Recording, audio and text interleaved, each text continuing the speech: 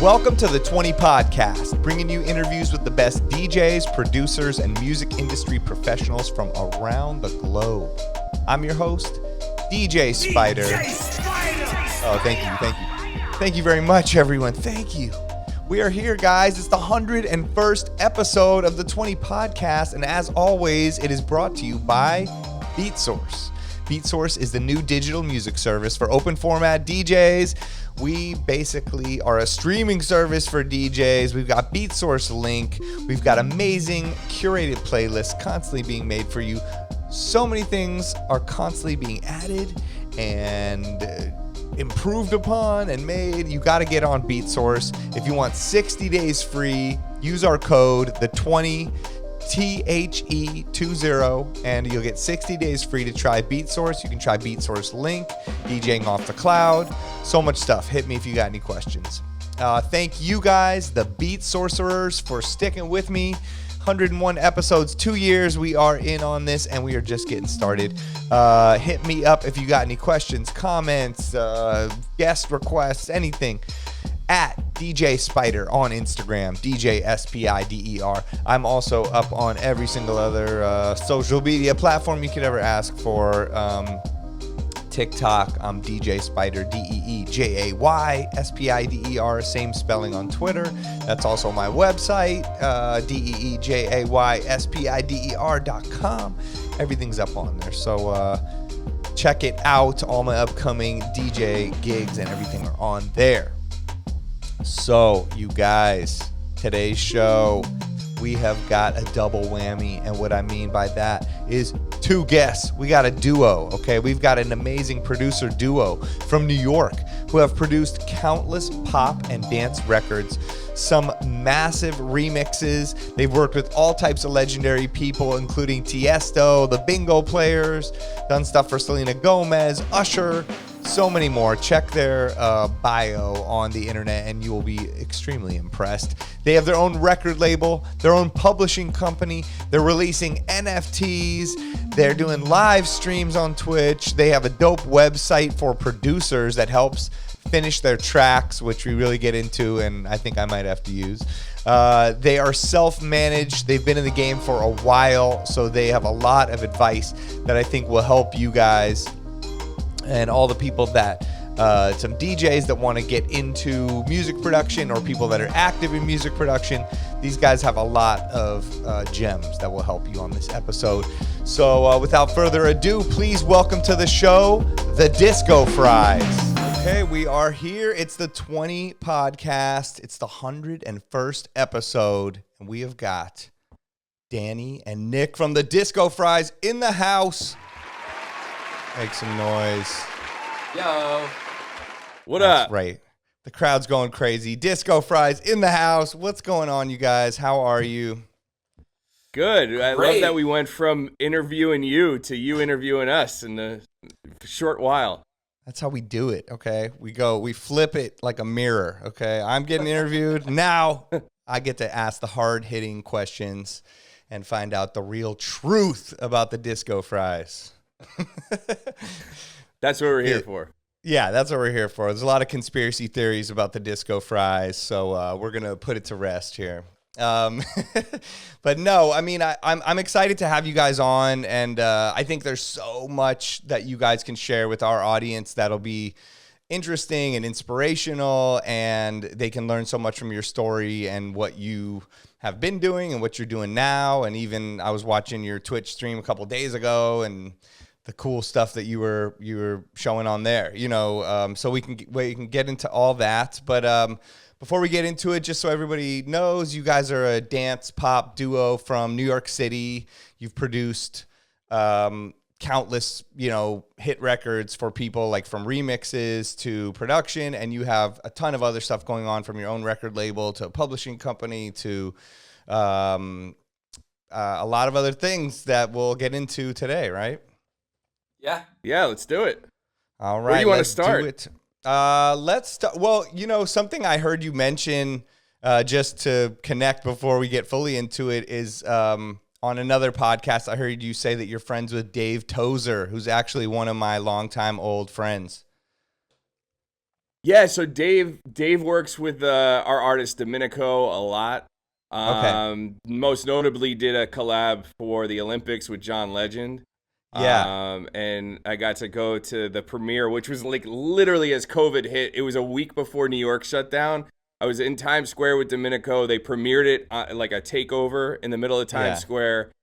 And we were like, there's no hand sanitizer, and people are like shoulder to shoulder. And it was just as like the pandemic was starting. So Oh my like God. literally less than a week later, it was empty. The same spot we were standing was empty. That's So crazy. Wow. Yeah, pretty no, I wild. remember. Yeah, like the week before we all shut down, I was doing a podcast and I think I was interviewing Craze and we were in the Beatsource office and it was the same thing. Like he coughed. I'm like, do you have that crazy thing everybody's talking about? You know, like, and we're just like, I don't know what's going to happen. And then 1 week later, everything's just shut down. But it was that weird. I remember those weeks, you know, especially that last week before. It was like I went to some kind of DJ meetup and we're all scratching and I'm like, is there hand sanitizer? We're all touching these CDJs. Like, is this good? Yeah, we did a gig like I think it was South Padre Island in Texas, which is like a big spring break spot, and it was Right. like days before, like March 13th or something like that. And that was the first time we were like, we're good with fist bumps, like we're not doing that bro hug, like bring it in close. Yeah. And yeah, it got weird like real quick. Yeah. And South Padre Island is probably a really good incubator for COVID. I feel like it's just floating in the air. Yeah, 100%. 100%. Every single disease has hung out in South Padre Island, I think, for a short period of time.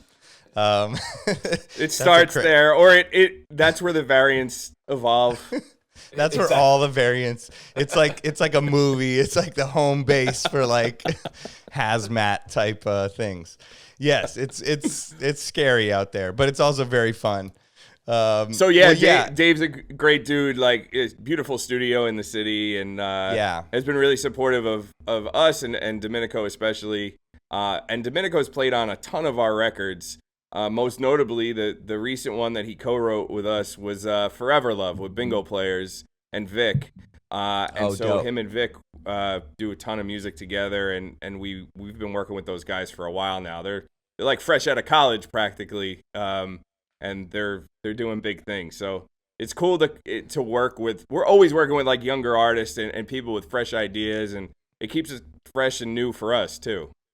Yeah, totally. I know that's what Dave, I was actually just in New York and got to hang out with him and I hadn't seen him in years. And he told me about the Olympics thing and and I met some of the kids that he's working with and it was like you said, they were all fresh out of college. And I know he teaches at NYU, so he has like a good access to like these dope kids, you know, that are doing stuff.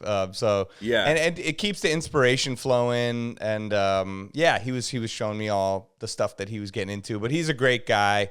Like I've known him since John Legend was John Stevens back in the day. I was doing scratches on the record. He hit me. That was like when I met him, like way back in the day. And I've done scratches on a bunch of the John Legend records through him and then whatever he needs. That's awesome. Yeah. Wow. Like randomly, like I did on there was one song with Rick Ross. I had to like sound design the sound to sound like this James Brown sound, but they couldn't clear it. So I made my own like yelling sound and kept layering it and then scratched it. And I remember I did all this work and then I listened to the song and it was dope. And I'm super thankful to be part of it. But it ended up being one part. It was like, boo. I'm like, that's me, baby. Right there. Check it. Oh, you missed it? You missed it? Hold on. Come back. Rewind that. 1 minute, 52 seconds. I'm killing it right there. But yeah, that's kind of how I feel when we hear records that somebody like used something from our sample packs. Because it'll be like, exactly. Oh, that one fill that was in that pack, deep in it, like 400 sounds down. Yo, did you catch that? You're like, I remember we went doom da da da da doom boom. You're like, that was my exact part. As it is, like our families don't understand what we do. As long as we've been doing it, our family, you know how this goes. Nobody fucking understands people in the music business. So you know, you try to explain what you do, and then God forbid you pull up something like that, and you're like, oh yeah, we made this sound in this record. like, wait, you make sounds? I'm like, well, Danny's like a sound designer. Like, it's literally what he went to school for. And then they try to wrap their head around that, and it just goes down a rabbit hole. And who pays you for that exactly? Like... Yeah. You're like the sound fairy. They sprinkle the money in when I just make the sound, and then I play it into the air, you know? The most tangible example of it where they were like, now I get it, was we did sound design and programming for Shark Ninja, the vacuum cleaner company.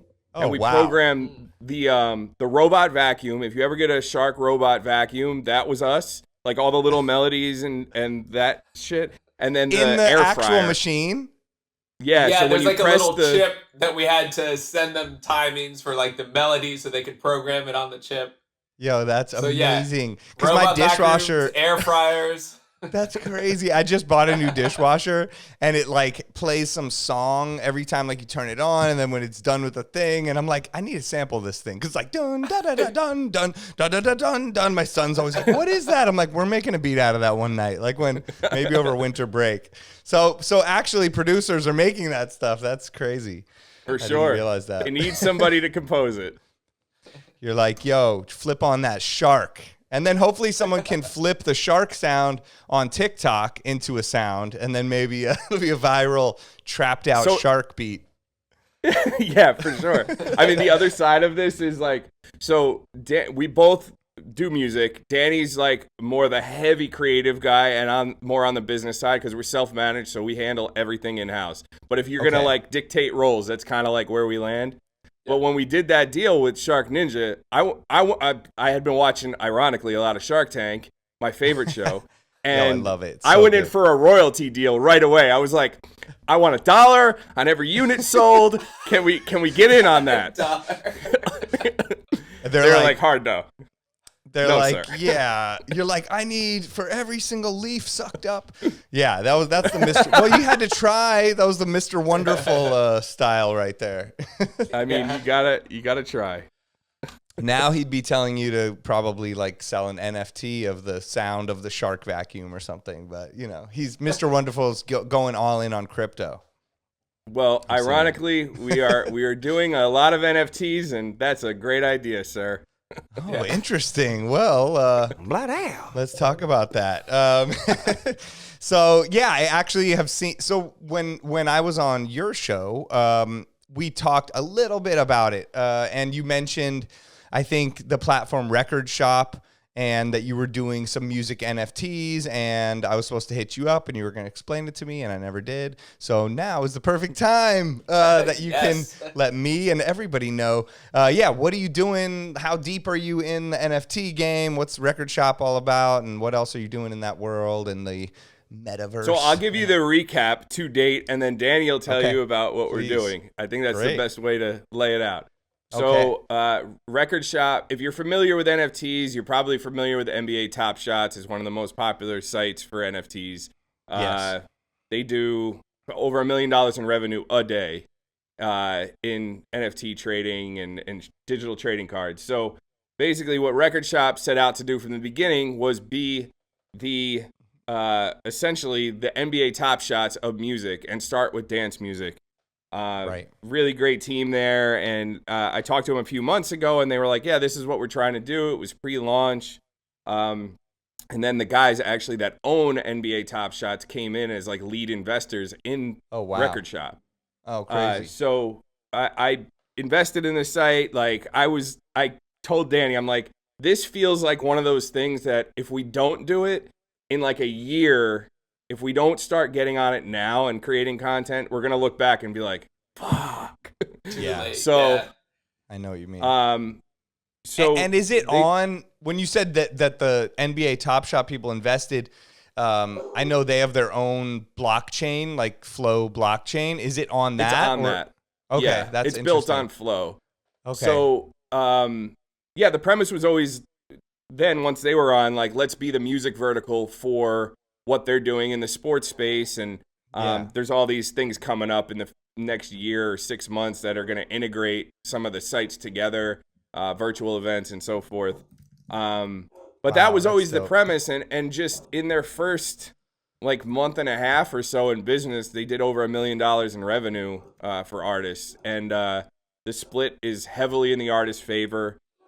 It's basically, for people who don't know what it is, it's collectibles, specifically trading cards from artists, but then connected to a trading card is, behind the scenes footage, exclusive tracks, stuff you can't get anywhere else. Oh, okay. So we've been doing a lot of that. And is there a certain amount, like only a certain amount made per NFT of the music, or okay? Yeah, so usually the mint counts are under 1,000 for a card. Okay. So it's pretty exclusive what you can get there, and you don't. A lot of the packs that they drop are like Genesis packs where you don't really know what you're gonna get. You might get 2 label cards and an artist card. You might get a release card and a moments card, which is like a live show that was filmed. So it's cool. It's like a little grab bag of stuff when you grab a pack. That's so dope. I need to go on there and mess with it. I had some ideas like that in the early Top Shot days. I started buying them probably February or March, mainly because of my son. Like someone else that had a kid put me onto it and was like, "Yo, this is this cool thing," and I showed it to my kid, and he loves collecting cards and he loves sports. So we just started doing that, and then all of a sudden, we were like, what the hell? The stuff we bought is worth like thousands of dollars. Yeah. Then some of it dropped down. Like we bought like a Tyler Hero card and it was like $2,000. Now I think it's worth like $5. But they go up and down. Yeah. Our collection's still way over what we paid for it, but I learned a lot from that, and it got me into thinking with the whole music as collectibles, and I worked with this person in Atlanta, Urban Medium. We made some sort of test items like that. Like I made a bunch of beats and he made some artwork, because we used to do mixtapes back in the day where we would do art and music, and I'm like, this is a perfect kind of combo way to come back together. So yeah, it was like we tested that out, but I've never actually gone on Record Shop and checked it out, so I need to go on there and buy some stuff. And do you buy it with like credit card or US dollars, or do you need the Flow token so that's to buy what's it? really cool is they've made it super easy. You can actually use like Apple Pay. Okay. You can pay with like a crypto wallet. But yeah, Right. they made it very easy, very accessible to get on, because that was the thing. Like initially, Nick was all into it, and I couldn't quite wrap my head around it because I had seen Blau's launch of his album thing, and that kind of got my attention. I was like, of course, why is this like generating this much money? And I couldn't wrap my head around like the idea of it just being like this one-off sort of thing. And so that's sort of what I thought the Record Shop stuff would be, because I wasn't familiar with Top Shop. So what's really cool is like you get into the collecting of it, but they keep sort of revealing more aspects of the platform. And we had one of the co-founders on our show last week, and he was talking about how he has this vision for it to be sort of like a game, where you're doing things like, once you collect a set of cards, say maybe you could like burn those cards and it mints a new exclusive card that you only could have gotten if you had that set. And there's all these different cards that like will enable other cards to turn into different things. You get different assets tied to each one. So it's like a really interesting community where it's not just, I don't know, like art collecting or something where you just like have this piece and it's like a status symbol. It's more of like a community and this interactive experience sort of. Yeah, I think that's what people are discovering with the NFTs, and how there's more utility to it, and how it's more than just what we're used to with the internet of like, hey, I can share this with people. It's like we can work together on these things, and we can all own things together. And there's a lot of like buzzwords and things with it, but I think a lot of it is true. And every day and every week, people are learning how to use it differently. It's kind of like samplers and stuff when they first came out. Like, this is what it was built for. And then people are like, but you can do this and you can do this. And they're learning more and more how we can use the NFTs. And even in the beginning of Top Shot, it was just a collector thing. But I think they saw how all the other NFTs were growing and adding the utilities in on it. And so now with Top Shot, you can trade in the things and, like you said, burn it and get other stuff. And I'm sure with the music, it's only going to get crazier. And now we've seen Blau started that company Royal, where a certain amount of people can own the track. And, the sky's the limit. I mean, because there's NFTs and then there's different there's DAOs, which is like everybody can own something together. And there's so many different layers of things that you can do on Ethereum, but on the other blockchains as well, that I think it's just going to, grow exponentially over the next year and coming years. Totally. Well, and it's weird. Like, I don't have a great sense of how much the general public has like knowledge of it, because I feel like it's a sort of thing that gets talked about on like major news outlets, like CNN will cover it. Like, you'll even see it on the morning news. Like, if there's some big NFT sale that's like a record, whatever. But it's hard to tell like what the actual adoption is overall. Because everyone in our space is talking about it, but I feel like I've got those blinders on where, like, if I brought it up to my parents, they would have no clue. They would just be like, oh, that's that thing where someone, like, sold something for $1 billion, right? Right. No, exactly. I think you're right. But I think that's just like anything else, like it's just the more people use it, the more normal it will be. And the more, I guess people can relate it to other things in their life. After a while, they'll be able to go, oh, okay, now I'm starting to get this. Because I have been trying to explain everything from cryptocurrency to NFTs and all that to my parents.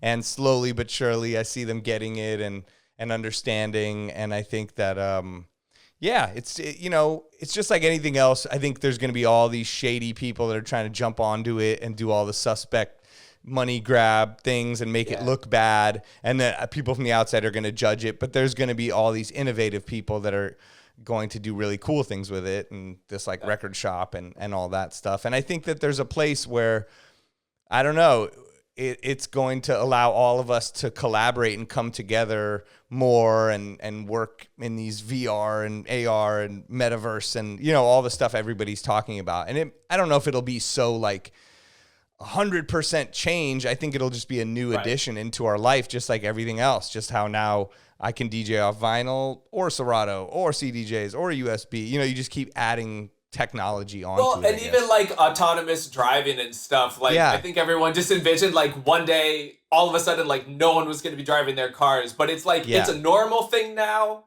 but it's still not even like percentage of what's on the road. Like, it's still a small thing, but it's very in the public conscience. So yeah, totally. It will be, it'll be a gradual shift. Have you guys done the thing that Oh yeah, no, go ahead. No, I was just going to jump on that. Like, the thing that fascinates me about like record shop and the greater space when you get into the like utility of cards and sets and things like that is how it overlaps with real world experiences too. So like some of the stuff we're going to do with those guys is like just in the short term, whatever. We're doing a New Year's Eve show and we're going to give a certain set holder who burns the cards a certain way a VIP experience at the show. So then dope. Like you're trading in like your virtual assets for a real life experience.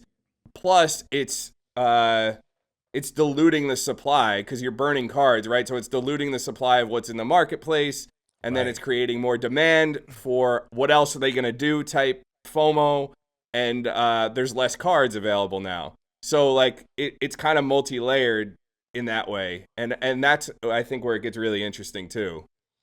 Yeah. There's so many different like things you can like. Even that's amazing. Where's the New Year's Eve show?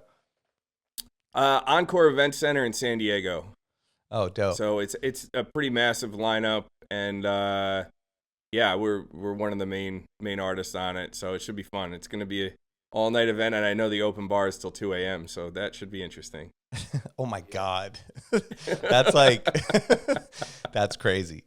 like New Year's Eve, people usually are just falling apart by like that point. You know, 2 a.m. Oh yeah, to have the they open barely bar make till it to then. midnight, and then it's like a steep drop off. Oh my God. Yeah, last year, I did some virtual reality New Year's Eve gig. Thank God, but it was like so interesting. Like I pre-recorded all these sets and did all this stuff, and then ended up driving up to Big Sur and just chilling up in like the mountains while like I virtually DJ'd on New Year's Eve, but I was just chilling. It was so interesting. Sick. Yeah. Have you guys done any like, along with the NFT and all that stuff, but have you done any metaverse shows or shows in any VR things or broadcast your Twitch show inside of any sort of virtual worlds or anything? We did like one virtual festival sort of thing that was like an AR. You could, I don't know, you went to a website and then it had like us on a stage and you could like move around, whatever. Right. The only problem is like we never really got that heavy into it because I have a setup at home, Nick doesn't, and even just figuring out the technical, like trying to figure out something for both of us to do would be, I don't know. We just never really had the motivation to figure it out. So I did that one solo, and we're like, there's probably better ways to spend our time. Plus, there's like so many people in that space that like that's sort of what got us like interested in going this sort of route. Like do the Twitch show, but bring on like guests and give advice and that sort of thing. Right. And when you guys, obviously when you do this New Year's Eve show and other shows, you're DJing, right? Yep. And how does that work? Is it like both of you on two CDJs or what's your setup? Ideally, we love it when it's well funded and there's 4 CDJs. Yes. And typically, like, we do like mini sets back and forth, but it's obviously seamless between the two of us. But it's kind of like Danny will complete a thought of a few records, and then I'll jump on and do that. Or the other benefit is with there being 2 of us, if one of us just isn't in it yet, or just can't dial what's going on, like the other person tags in. Right. So there's that benefit to it. But yeah, it's kind of like these mini sets. If you think about it like that. Right. How long have you guys been DJing? Were you DJing before you were producing, or was producing your main thing and then you started DJing in order to perform your tracks and stuff? So it's interesting because Nick's been DJing for years. Like was in like the mobile DJing thing through what, Nick? Middle school, high school? Yeah. How early did you start? I was like 12, 13 years old. Like, oh, wow. Probably been doing it like over 20 years now. Wow. Yeah, damn. So Nick, in the Nick game. kind of he already had the skills and like had some gear through college and stuff. When we met in college and started making music together, I had never like even looked into this space really. So I didn't know how to DJ at all, and we got booked for our first gig. We were on like Crack for DJs, which was like the little brother to Crooklyn Clan. It was like a bootleg site. Okay, yeah. And off the strength of that, there was a club in Hong Kong that was booking like a ton of guys from there. Seraphine and I'm trying to think of some of the other guys. But anyway, we got booked for our first official like gig as the Disco Fries was in Hong Kong. Wow, I still didn't know how to DJ. Oh my God. And that was probably 2009, I want to say. And so what we did at that point, I brought like a synth, and we had I brought a second laptop that with an Ableton set up for samples and drum one shots and stuff like that. And we kind of started out as this 2 laptop setup. Right. And I would sort of like, I had like some idea how to beat match. So I would hop on for like a song or 2 and then go back to my comfort zone. And that's sort of how we did our sets. And then honestly, I just sort of learned how to DJ in that setting, just like a little bit at a time until like a year later, it turned into what we do now. So it's been this sort of like 3, 4, 5 record trade-off thing for, I don't know, 10 years now. Got it.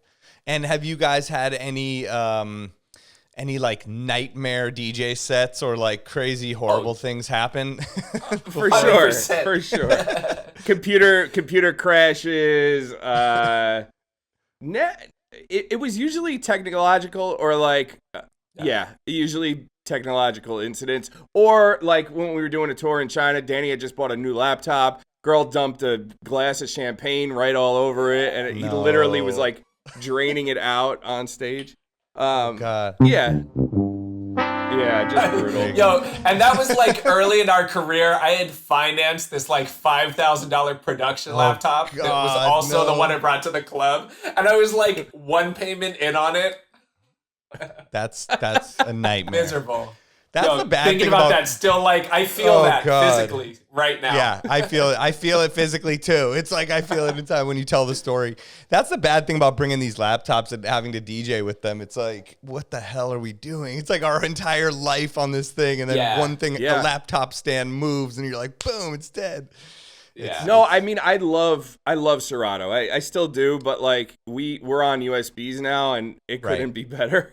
But we were really in it on Serato for a while, and like just the depth of the library and the organization and the things you could do with a screen is much different than what you could do on a CDJ in that way. But now we're just used to playing on USBs, and for the bigger shows, like especially if we're going like a festival type thing, is a nightmare with a laptop. It's a fucking nightmare.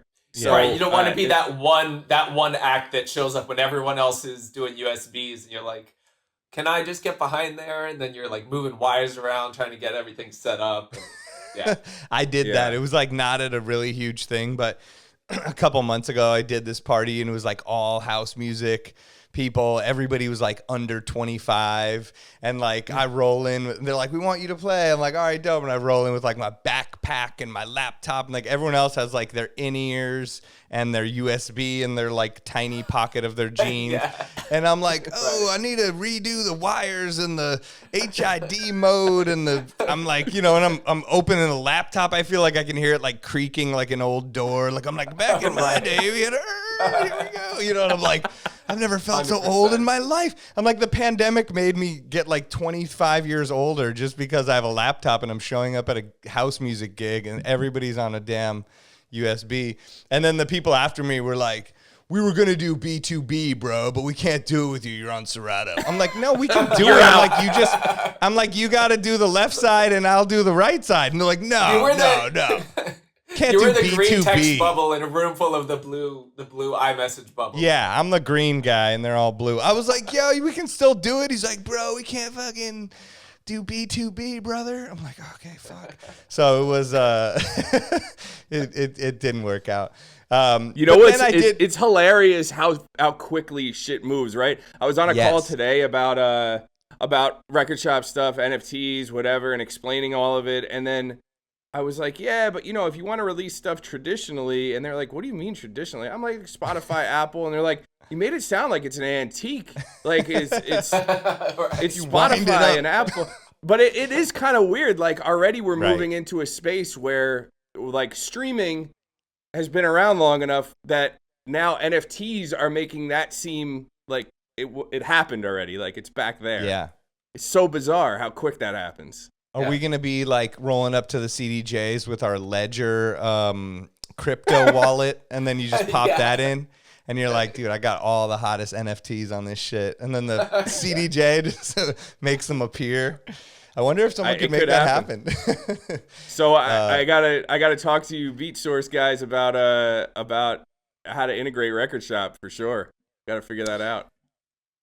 For real. Like that would be dope. I know Styles Davis, who's, big Beatsource person, Beatport person. He is very deep into NFT and crypto and all that game. And I talk to him all the time about it. And, we're looking at weird pixelated frogs and shit all the time. But he, I mean, because that would be incredible.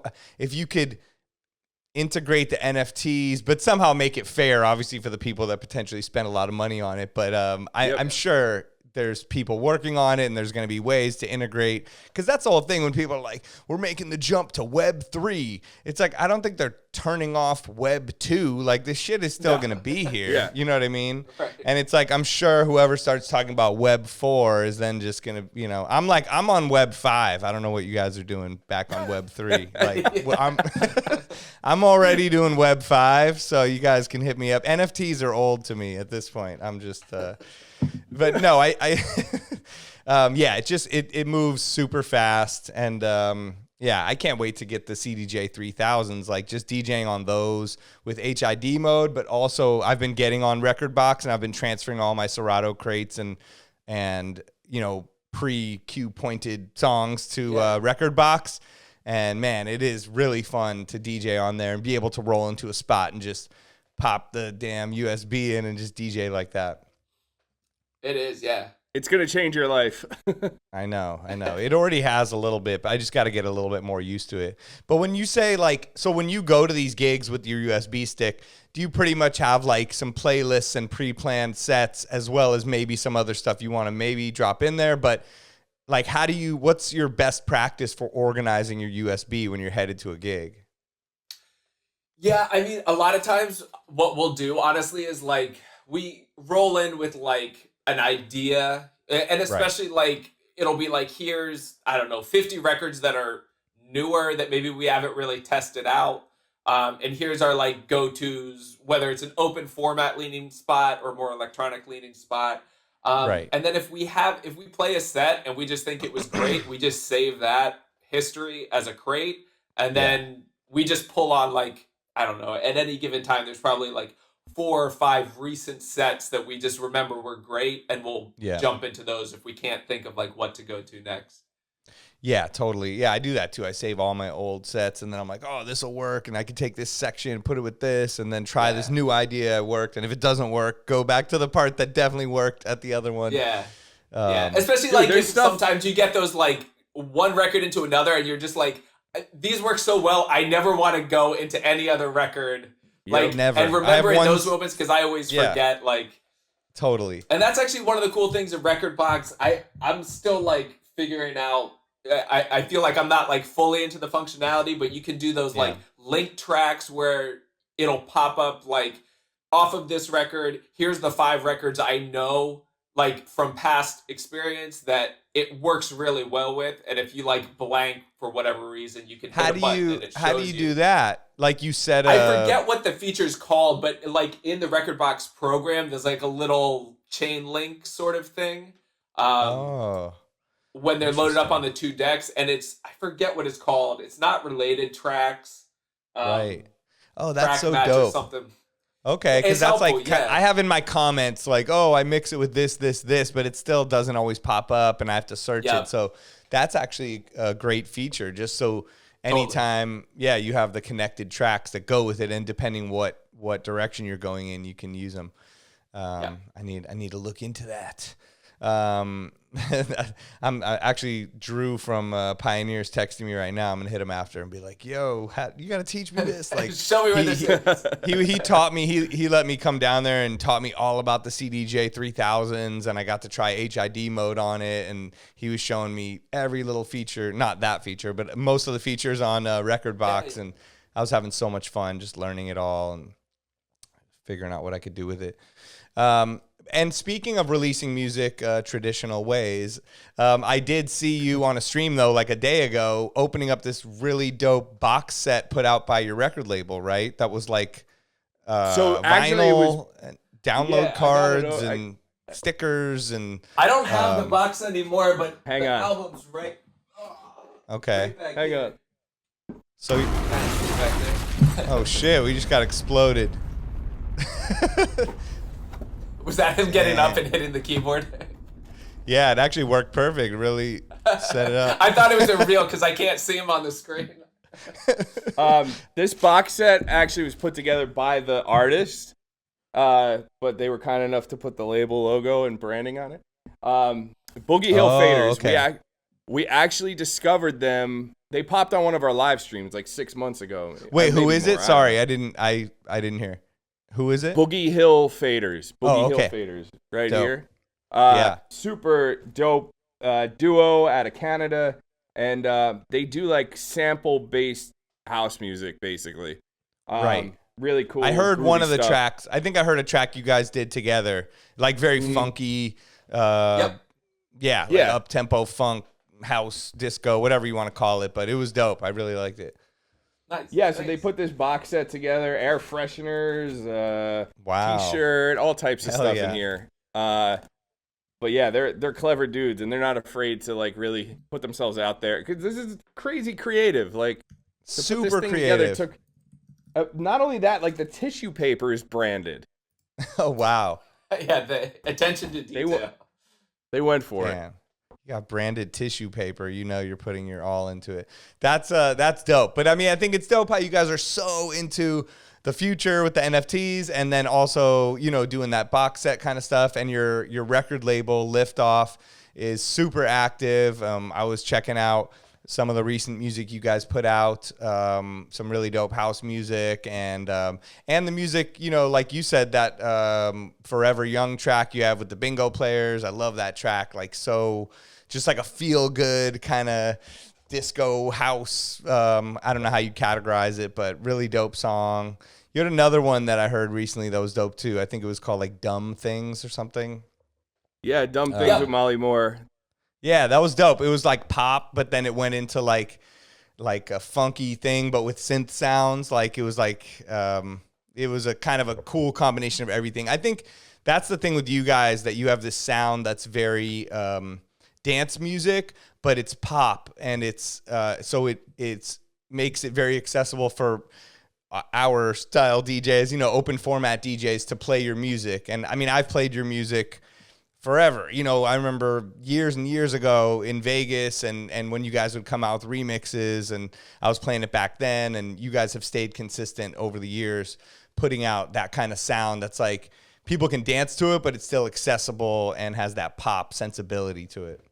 Yeah, I don't know where it came from, because that's definitely where we got our start, was in the remix game. For sure. We did Britney Spears, Katy Perry, a bunch for Flo Rida, all that stuff, and it really connected with the open format DJs. And since we were doing like the Crooklyn Clan sort of thing, we made a lot of connections in that world. But we wanted so badly to be taken like seriously as like electronic artists, like a Tiesto or David Guetta or something. And so I think early, like, we tried to make this sort of transition into like this instrumental club music that was like a little more like cutting edge, less poppy, whatever. And now I feel like we've settled in a good place where we realize like that's not our lane, but we do this like pop thing pretty well, like the more accessible stuff. And so we just try to blend the two, have it be like musical, you know, like broad appeal, but also with cool sounds and like the electronic elements that we love, you know? Yeah, dope. Yeah, I mean, you can hear it. You know, you can kind of hear all your influences, even in that that track I was just referring to. You know, it's like you guys are good at putting it all together, and your sound design, and I love it. And like you said, I mean, your goal was to be taken seriously, and eventually you ended up working with Tiesto and a lot of these amazing people that you looked up to, right? Yeah, I mean, like that, it's a big motivator when you get that kind of cosign to, like, number one, keep pursuing the sound you're going after, or just in general, you know, because like music business, it's the hardest industry to really crack. You can go to school, like we went to school for it. It doesn't guarantee you shit, and you could be at it forever and never really cut through. But I think those little moments, those little wins are what keeps people going and getting to like the next phase. So hold up. By little wins, you mean like connecting with our idol, our like musical idol? Yeah, well, that was a big win. But most of our wins are like biggest, little producer DJs in the planet Earth to this day. But like the little win was, all right, we got a cosign from Tiesto. Like we got like we got some semblance of support. You know what I mean? Like, and back then that was it's still huge. A big deal, obviously, but like that was the only shit going on. So when you get that, it's like, this is the moment. But now it's like for somebody coming up, if they get a look on like Friday Crate Diggers, like for us, that's huge for a record. It's especially huge for a record on our label, but it's not the whole piece of the puzzle. But for somebody who has nothing else going on, that's like the thing that they can like hang their hat on and say like, all right, I got this. So let me try to like use that as leverage to get to the next level of this fucking mental industry that we've all signed up for. Yeah. It is a mental industry, I will say. This last year and a half, I'm sure, tested most everybody's mental, no matter who you are, which is like, you know, it's still crazy coming out of what we have been going through and obviously still going through. But yeah, I mean, it was, everybody had to figure things out over the past year and a half and start new things and figure it out. But even before that, I mean, it's a definite mental industry. I mean, yeah, have you guys developed any, speaking on that part of it, like, have you developed any techniques to deal with the mental part of everything? Because there are so many ups and downs. There are times where I'm like, one time of the day having the best time ever and like everything's great and I'm so motivated and excited, and then like 6 hours later I'm like, everything's falling apart, what am I doing with my life, or something like do you know? It's crazy. Yeah, like honestly, because this I'm gonna bring this up because it just happened yesterday. Like, so my wife works at a doctor's office. She comes home for lunch for like an hour every day, and she came home, and I was like kind of quiet, we're like eating, and she's like, you good? And I was like, yeah, I'm fine. She's like, no, what's up? I was like, nothing. No, it doesn't. No, don't worry about it. And she's like, you were working on something and it wasn't clicking, right? And I was like, yeah. Like, even after like 15 years, if I spend like 2 hours on a project and don't make progress, it still puts me in a funk. I think the only thing I've gotten better at is like recognizing when I'm kind of hitting that point where like I could sit another 3 hours and it's not going to happen. And so the next 3 hours would be better spent getting outside, doing literally anything else. So the like self-awareness, and especially this past year, because I was home all the time. My kids were home from school. They're young. And it like my time management was completely like rearranged. So it was really just like self-awareness and realizing like how much you have to balance your life to prioritize your music and your work, but also like all the other aspects of your life, like whatever, family, exercise, relaxing, all that stuff. And it does make a huge difference. Yeah, no, it totally does.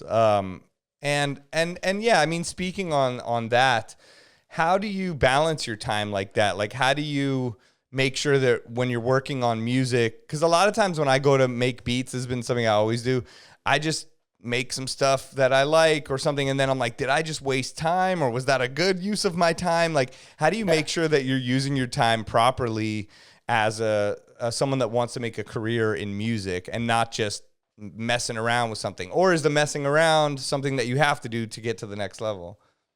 It depends. Like for us, it really, I said this, I think the other day on our live stream, like I spent my whole life trying to set myself up to never have to work. I've never worked a normal job in my life. I never wanted to work a normal job in my life, but like I set my whole self up to like not work a 9 to 5 to then work well beyond a 9 to 5 now.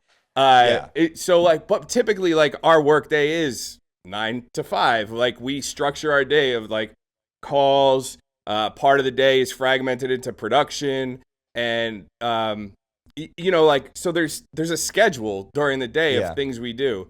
Do I find myself way more creative at night, late night specifically? Like if I have that bandwidth to do that, for sure. But like I also have kids, and I have a schedule at home, and it's just not feasible for me to do that. But for somebody that is, I don't think there's anything wrong with arbitrarily being creative when you feel creative. I think that's a wonderful thing. Like 90% of the dopest art in the world wouldn't have been created if somebody didn't have the space to like do that, you know? Right. Yeah.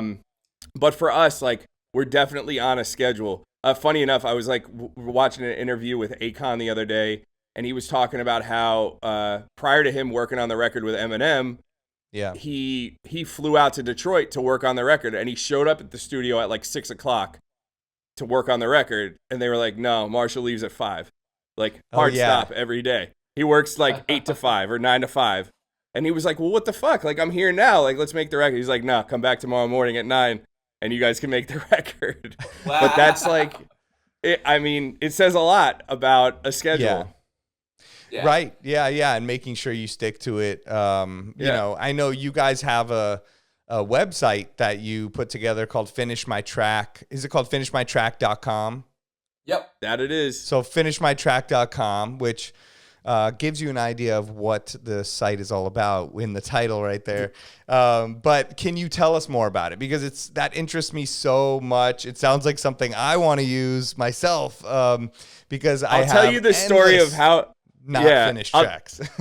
That it's the world, including us. Yes. So I'll tell you how it came about, and then Danny can tell you about like what we do. So basically, like going back to the Tiesto stuff and a lot of those early projects we did that we had a lot of big wins on, we were coming in at like the 70% mark on a lot of records, and the songs were great songs, but maybe like the synth wasn't great, the main synth sound wasn't great, or the drums weren't there, or like the mix wasn't quite there. So we'd come in and basically be finishers. We'd finish the record and get it to the retail ready point.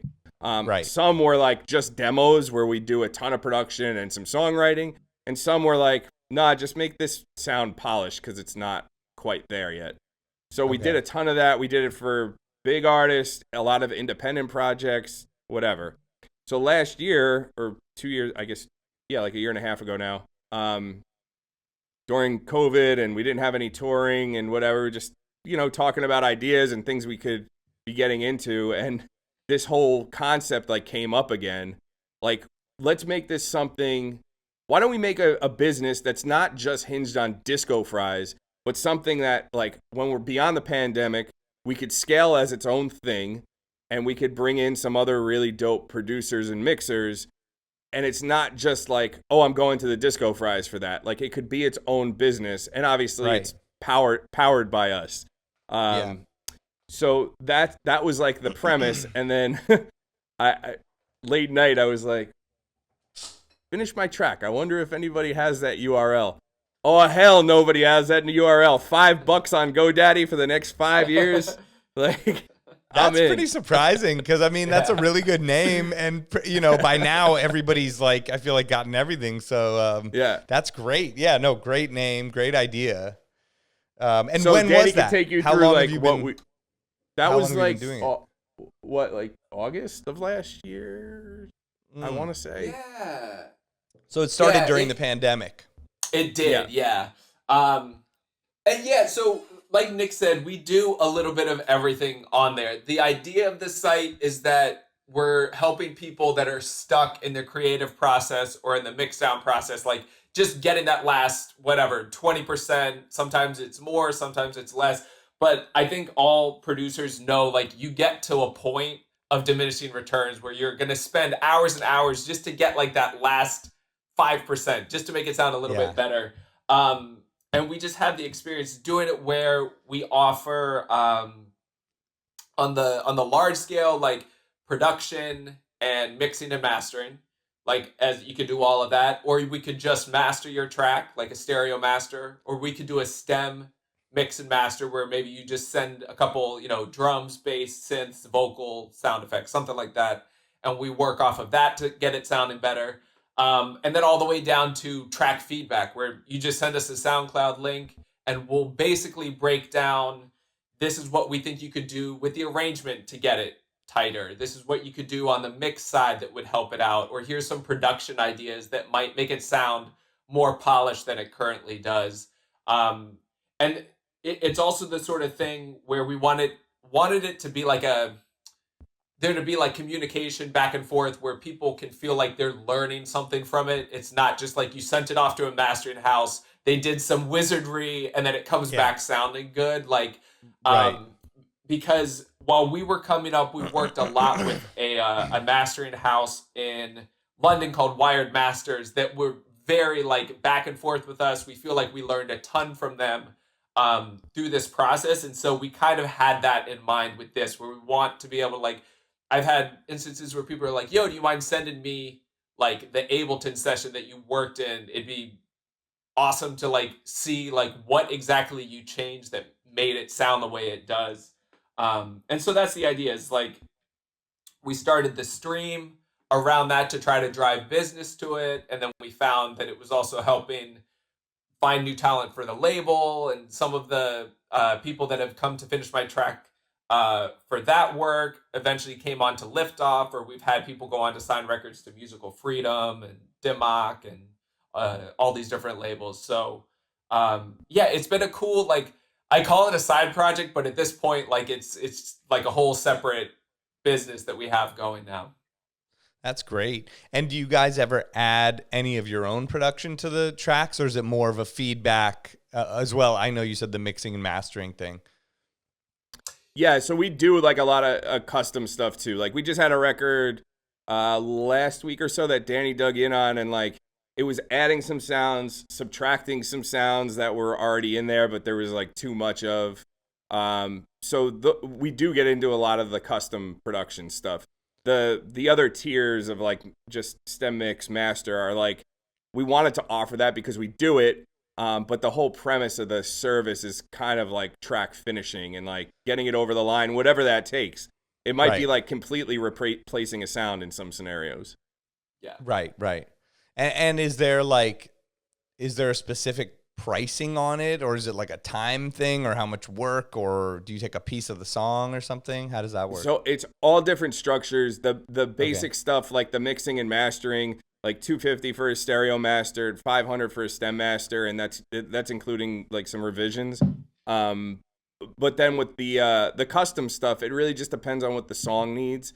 Depends who the artist is, that like how much work they're gonna want and how much back and forth it is. But honestly, like we've had budgets all over the place, and we give people a pretty clear idea of what we can do for what they have. Got it. Yep. That's cool. Such a great idea. And I'm so glad that it's working out, because it seems like such a genius kind of pandemic idea, because you guys are at home working on stuff anyway, but then it's something that now can just live on in the future as its own world. And I might have to send you guys a couple things, see what you think. I have so many unfinished things. Happy to listen. Remixes and beats and all kinds of stuff, or maybe something I could put out as an NFT on Record Shop. There you go. Keep it in the ecosystem here. Right. The interesting thing about the live stream has been, because like Danny said, originally that was like, let's do a live stream that kind of ties into the site, which it does, but not doing as many shows, really not doing any shows over the past couple of years. It was like, this is a way for us weekly to be in front of our fan base too. Like, they can engage with us, ask questions, and that's turned into like a whole nother animal. And like the whole NFT record shop community is like, come over to the Twitch stream, and now they've kind of integrated in all the fans that we had that existed on other platforms and other socials. So it's become a way for us to just get in front of people consistently every week. Yeah, that's dope. And your Twitch stream started around the same time the Finish My Track website started? It was February-ish, March of this year. Oh, you started the stream this year? Yeah. Okay. And how often? You do once a week, you said? So we do 2 times a week right now. We do a 2-hour show on Fridays, and that's usually with like, I don't know, like more established artists or people in the industry. And then we also do an hour-long stream on Tuesday we call Snack Chat. That's with typically more people on the come up. A lot of times we'll feature artists that are then going to have their release come out the following Friday on our label. Or someone that can only like squeeze in an hour or something like that. So yeah, we're on like 3 hours a week usually. Okay, got it. And are you able to take content from your Twitch streams and then sort of put that into TikTok or whatever, Instagram, Twitter, YouTube, or all those different things? Yeah, so we our buddy Drew on the team, like he handles a lot of that stuff, and he'll like we'll just get him like clips, and this was the gem moment from the interview. This minute of talking, you gotta chop down and caption and stuff. It's similar to what you do with this, right? Right. And that's always cool, and it's cool for people to know about that process and talk about that on the show, because DJs or producers and artists don't always think about like literally everything you're doing could be a piece of content. Like we were just doing a session online the other day, and we were like, yeah, afterward we were like, fuck, we didn't record this. It literally could have been, it was for an NFT, but like the session, us working on it could have been part of that. Right. And like we had to wrap our heads around thinking about things in that context forever. And we still screw it up. We just did the other day where we didn't capture it. Right. I know, it's just like record everything.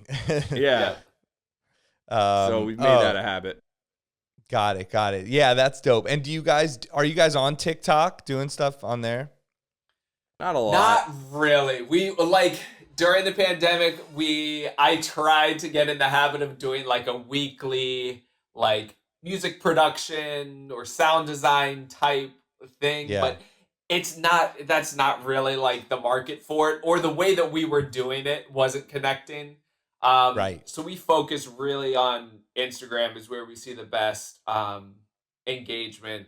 It just seems like, I don't know, man, there's too many things like, and everything you have to approach differently, Yes. Everything has to have its own, I guess, etiquette, or the way that you approach it and the way that you do it, and like, the voice, it has to have its own voice, the way you bring it to that platform. And, and TikTok, everything seems like, I don't know, Nick would be like, he would just grab his phone and like do something and that would connect. But if I spent like 2 hours producing something, putting it into Final Cut and chopping it up and it looks super slick, you put that on Instagram and it'll like get great reaction, and then you put it on TikTok and people are like, what the fuck is this? Like, that happened to me like a week ago or 2 weeks ago, and I spent so much time chopping. I'd never chopped something up like so much in Final Cut, and I was like, you know what? I'm going to do it. I'm going to put the work in. I'm going to put it up on TikTok, and it got like 6 likes, and then I put on other things, and all these people are like, this is incredible. And I'm like, what the hell?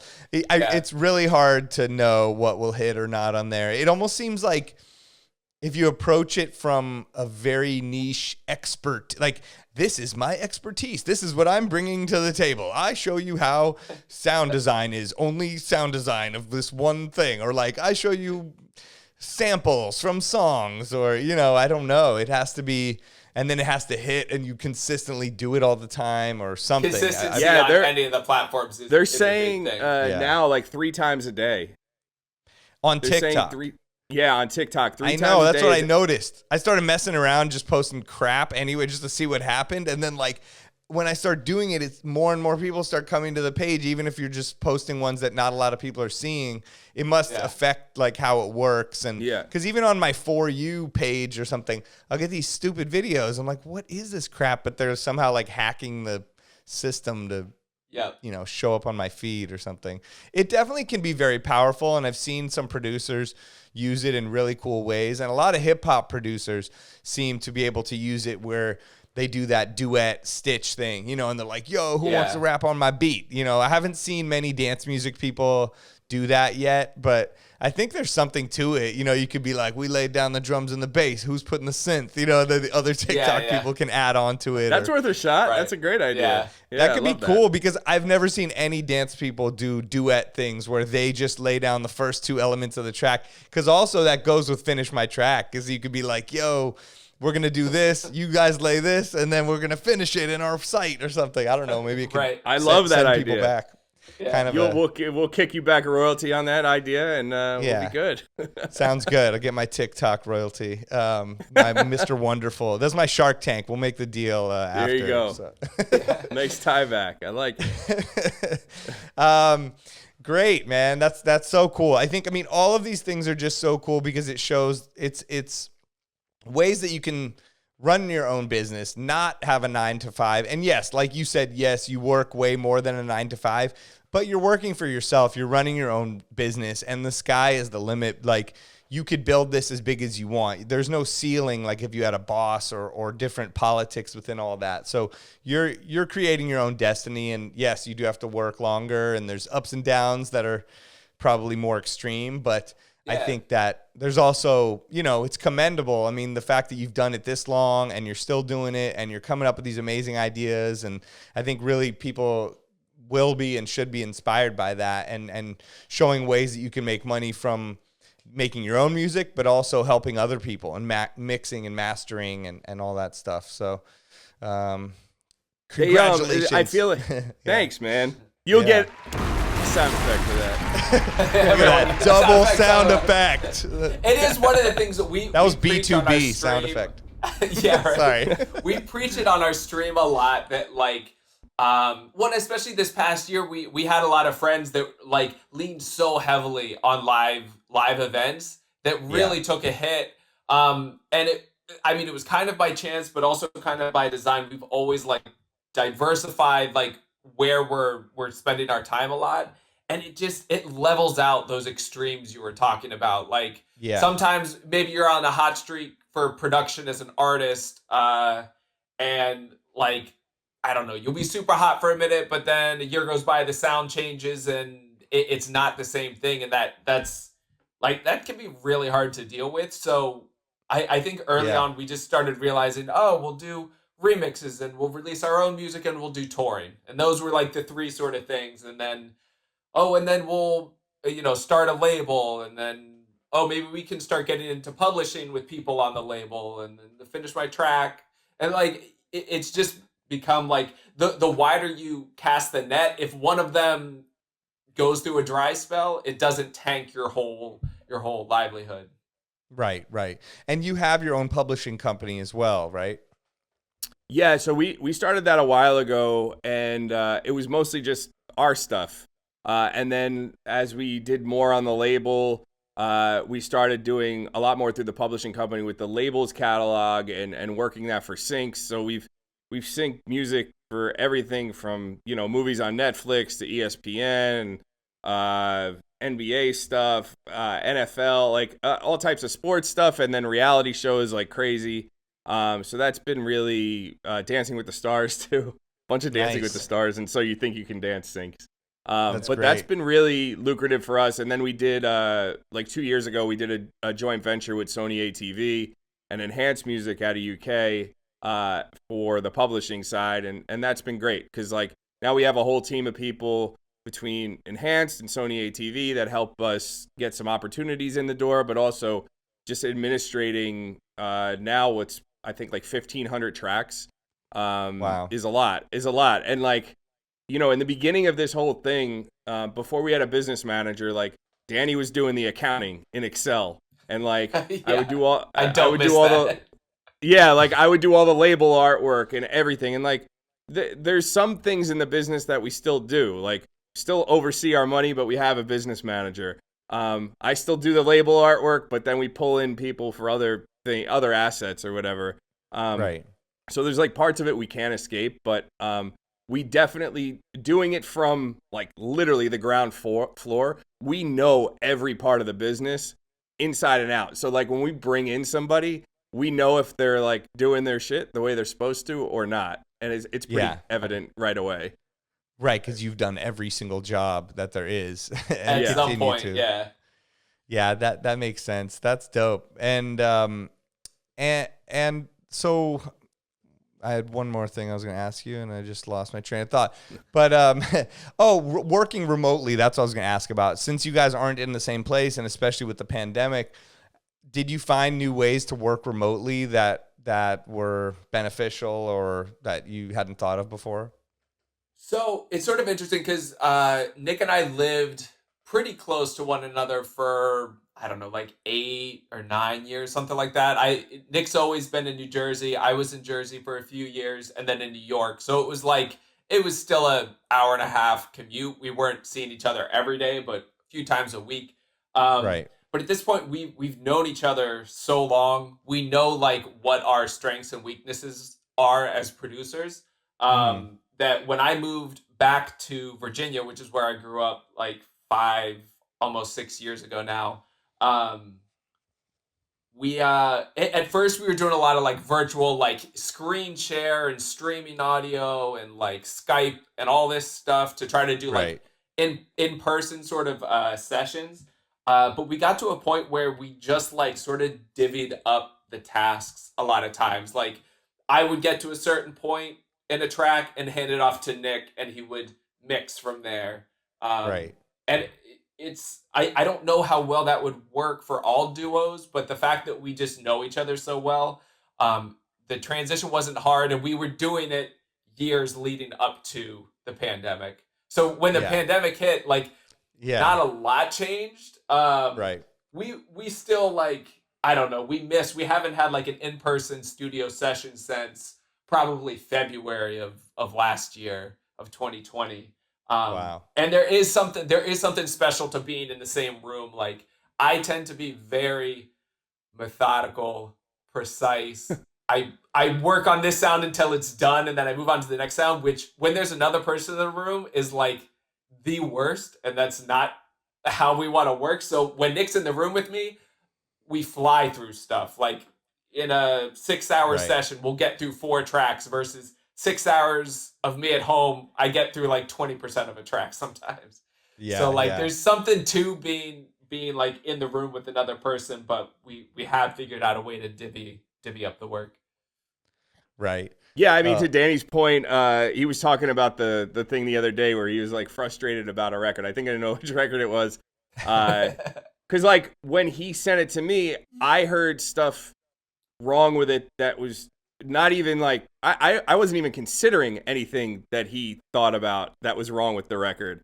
I was just looking at it like big picture, like this groove and this vibe and these sections wasn't quite right, whatever. And he was like, nah, did you hear like this bass line, when this changed, it didn't match that chord. It went by so quick, like, because I was just like kind of, listening. I don't know. I was probably doing something while I was listening. So I was just like listening for the vibe and shit and the groove. And like, he's like, no. These are the things that are wrong with it. And I can't figure out how we should fix these particular things.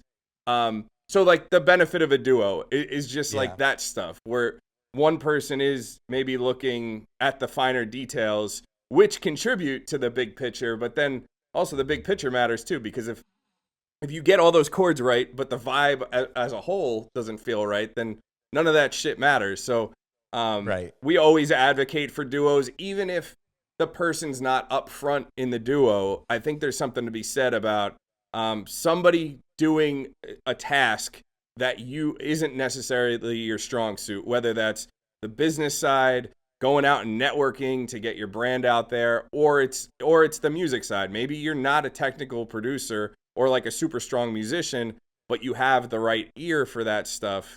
Like you got to find somebody to make up the gap. Right. That's a good point. I mean, having a duo in a lot of situations is good, and it's just a yin and yang thing, and you can play off each other and help each other. And as far as like, I mean, you guys do so many records and so many things, and how do you deal with rejection? Because obviously that's something that's huge in the DJ world and in the music world. You're gonna always, not everyone's gonna like everything. Is that something you've had to learn to deal with when things don't work out, or when someone doesn't like a track and then it ends up being good for someone else? A big fan of no. I'm a big fan. You're a big fan when someone says no, because you're like, I'm on to the next. Well, it's just like, it definitely gets you thinking creatively about like what you could do with a record or where it can go. And I mean, Danny will tell you, like, I don't fucking waste anything on our hard drive. Nothing. Like, I'll figure out a path for something if it like makes me crazy, just because I don't like wasted creations that we've spent time on. So, like we've had records rejected, we've had remixes rejected, that then those stems end up into something else, and it turns into like a sync, or it turns into a collab with somebody else, and then that thing goes on to do some crazy shit. So, it's all good. Yeah, and like the rejection thing, I sometimes is still tough, but I think part of it is learning to manage expectations. Like just over the years, I don't allow myself to get excited for stuff until it's like done until it's inked. But then also being a duo, like you have someone to vent to. Like I can vent to my wife all day. She has no idea what I'm talking about and has no empathy for what's going on. But for like to Nick, I can go on WhatsApp and just like, like. And a lot of times, like Nick said, a no just turns into like a different opportunity. We've had records that multiple labels turned down that we then released on Liftoff and ended up like, you know, the percentages go way in our favor. It still got on radio. It still had a successful run. There's a bunch of stories like that. And after the fact, you're like, actually, if it had gotten signed on that label, I don't know that much would have been different, except we wouldn't have as much money at the end of it. Like, true. What's amazing, we would have just given up 50%. It's rare. It's rare that we have like a very strong idea of a plan, and like every part of it goes the way you would hope in like an ideal world. But the one like most recent story that comes to mind is when we did Forever Love. Like Forever Love with Bingo Players, the way that record kind of came together and everybody who got involved. I'll just tell the story real quick. Please. Vic and Domenico, who work with Dave Tozer that we talked about earlier, they had this like general 8-bar idea of this slowed down like melancholy thing that was the original idea for Forever Love, but the lyrics were a bit different, whatever. Got in the studio with them in New York and we started toying around with it, and I was like, yo, let's listen to like some other shit and see what we could come up with, because this is super catchy, because it was that like first melody idea. So playing with records, listening to like some old Kanye stuff, then we got into like some of Vassie's like Secrets and Bad, and like the pitched up vocal thing like kept coming back, and then it turned into like Bingo Players, Cry Just a Little came up. And so I was like, yo, let's do that with this record and speed it up and see where we land. So we landed on like this 8-bar thing. And so then I took that back to Danny. Danny like did his wizardry with that and sent it back to me. I messed with it. And then I was like, yo, we're working with this dude in New York right now who's doing really cool, like funky shit on records, like this guy Thando. So I sent it to Thando. I was like, can you just do your thing on this? Like send me something back and we'll see where it goes. And so he sent it back and I was like, dope. Those are some great additions. Like I'll come back to you. And so then I was like, let's go to Bingo Players. So then I went to Bingo Players with it and he was like, yeah, this is fucking great. And I was like, Cry Just a Little kind of vibe. You haven't had a radio record in a while. Like, let's make this a radio smash, whatever. They were in. Like everybody who we hit up was like in for the ride. And then it turned into like one of our biggest records at radio, like went top 5, whatever, crossed over to pop and all this shit. And like when something like that happens, it gives you hope again for a plan to be executed as is. But that one was amazing. And I think the overarching theme with it was everybody was super cool. There was no drama. There was no like business drama. Everybody was just like, this is a fucking great record, and we're down. And that went from like Carrie, who worked the record, loved it. The label loved it. Everybody involved in creating it. Like it was just a good aura around it. Yeah. So that's great. And it's also sadly it's rare. Right. Yeah. The other thing is like Nick was orchestrating a lot of this, and he was like, I have this 8-bar idea. Okay, cool. We work on it a little bit. He's like, I'm gonna send it to this guy in New York. Okay, cool. Like, still no expectations. Comes back, I'm like, oh, wow, that sounds dope. Whatever. He's like, I think I'm going to see if I can get in touch with Bingo Players. I was like, okay, cool. Not going to happen. Whatever. And then he comes back and he's in. I was like, oh, all right, interesting. And so, like, every step of the way, instead of being like, oh, wow, I really hope this works, it was just like, just forget about it and keep working on everything else. And then every time it comes back, you're like, oh, okay, nice. Yeah, this is good. Right. So, don't have your expectations too high. That's dope. Yeah. And shout to Thando. He's not only a dope producer, one of the funniest people on Twitter. Hands down. Yes. He's got some hot takes, as they say.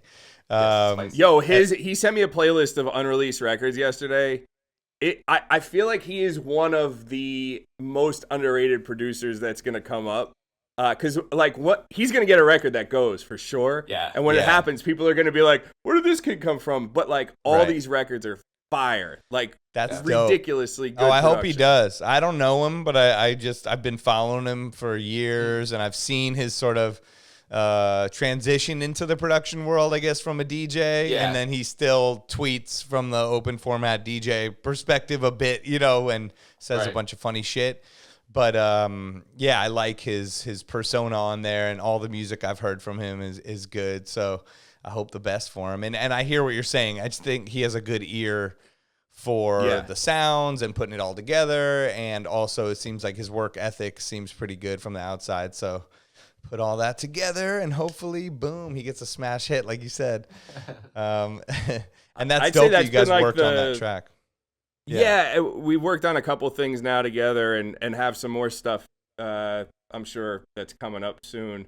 But that I'd say like that's the dopest part about like the live stream too, is like we get to hear these artists when they're still like it's like you're still like dusting off the diamond. And getting it to where but you can see the fucking diamond is there. They just need like some shaping up. You know what I mean? Right. And that's been a lot of fun. Cause like these guys, Boogie Hill Faders, like I said, they came on the live stream. They had like 7 monthly listeners on Spotify. Nobody knew who they were. And then, we got with them, did the collab, and clearly they had like a thing. It's a sound and it's dope. It just needed to be put in front of people. So they're on their way. Yeah. Yeah, that track sounded great that I heard that you and them did. Dope, man. Well, I think we should wrap it up pretty soon. But before we get out of here, do you guys have any other things, like projects you have coming up that you want to promote, or any cool things on the horizon you want to talk about? I think we talked about some of it, but I didn't know if I left anything out. Not too much. We have like traditional releases coming up. We just had another release on Bingo Player's label, Hysteria. That one's called React, and it has Damon Sharp on the record, on the vocals with us. And then we have one coming on Sam Felt's label. That's in early December. I don't know when this will go up, but on Sam Felt's label with these other producers, Danny and Tarek. Nice. All right, great. And where can everybody find you? It's The Disco Fries on everything, right? It's at The Disco Fries everywhere. And, of course, we're dropping stuff on Record Shop as NFTs. Yes. So come over there, and it's not expensive. We're not selling like, $69 million Beeple NFTs. We're doing really affordable, cool stuff. And the most important part is like the Discord community that we've built there called Fried Fam. Shout out to you guys. They're awesome, and they really make it fun for us, and we're doing tons of giveaways, and it's you have a Discord connected to your Twitch as well? We do. We're starting to get a little more active in there, so. But but you do have a Discord that's a Disco Fries Discord, but it's more geared towards the Record Shop project. It's everything, really. Oh, it's everything. Okay. Yeah, and then within the Record Shop Discord, there's a Fried Fam channel that's just our stuff. Got it. Okay, cool. I gotta join both Discords. I gotta get in there. I'm get on Record Shop. And Record Shop, for people out there listening, is spelled I think with no vowels, right? So it's just RC. I don't even know. Yeah, it's RCDSHP. Okay, there you go. RCDSHP. Hold up, did I do that right? I left out I don't know. That's what I was like, if he's got it. It's RCRDSHP. No, it's RCRDSHP. Yeah. It's Record Shop. You made me like, it's easy, and then I F it up. Right. Or just type Record Shop NFT. I'm sure it'll pop up. Yeah, exactly. Great. Well, before we get out of here, do you have any like words of encouragement for the DJs and producers listening, or any advice or anything you want to impart with the I would just say, I know you have a lot of like mix show DJ listeners and guys in that space, and like a lot of those guys are always trying to break into the production side or break into the dance music space, and it's I'd say you guys have the best ears for music. Like, the sheer 100%. Amount of music you hear and just the sensibility around arrangements and what works on a dance floor. Don't reinvent the wheel. Use that knowledge to your advantage when you're producing, and think about just what works in the songs that you're playing out. We see it time and time again where like a mix show DJ comes over to a production world and they try to be a producer versus just doing what they know and using that knowledge from the DJ side to apply it in that context. So yeah, use your strengths and you'll be on your way. Yeah. Trust yourself more than you think. You know, don't let that little doubt eat away. Just trust yourself and go forward, because there's a reason why you're doing what you're doing. And yeah, exactly. Like, we've put in a lot of work and a lot of time as DJs. And I think when we do try to go in the producer world, it can be that imposter syndrome or a little bit of, whatever it is, insecurity. But you just have to trust that everybody's felt that and push forward. And I think that's great. That's great advice. Amazing. Well, the Disco Fries, Nick and Danny, thank you so much for coming on. Thanks for having us, man. This is cool. I got a problem. You have a way better applause than I do. Arena applause. This is not small theater. That was huge. That's straight up crap. We'll swap samples after. Oh my God. Let's see. I might have how's this one? Oh, that's pretty good. Oh yeah. That's like Tonight Show audience. I like that.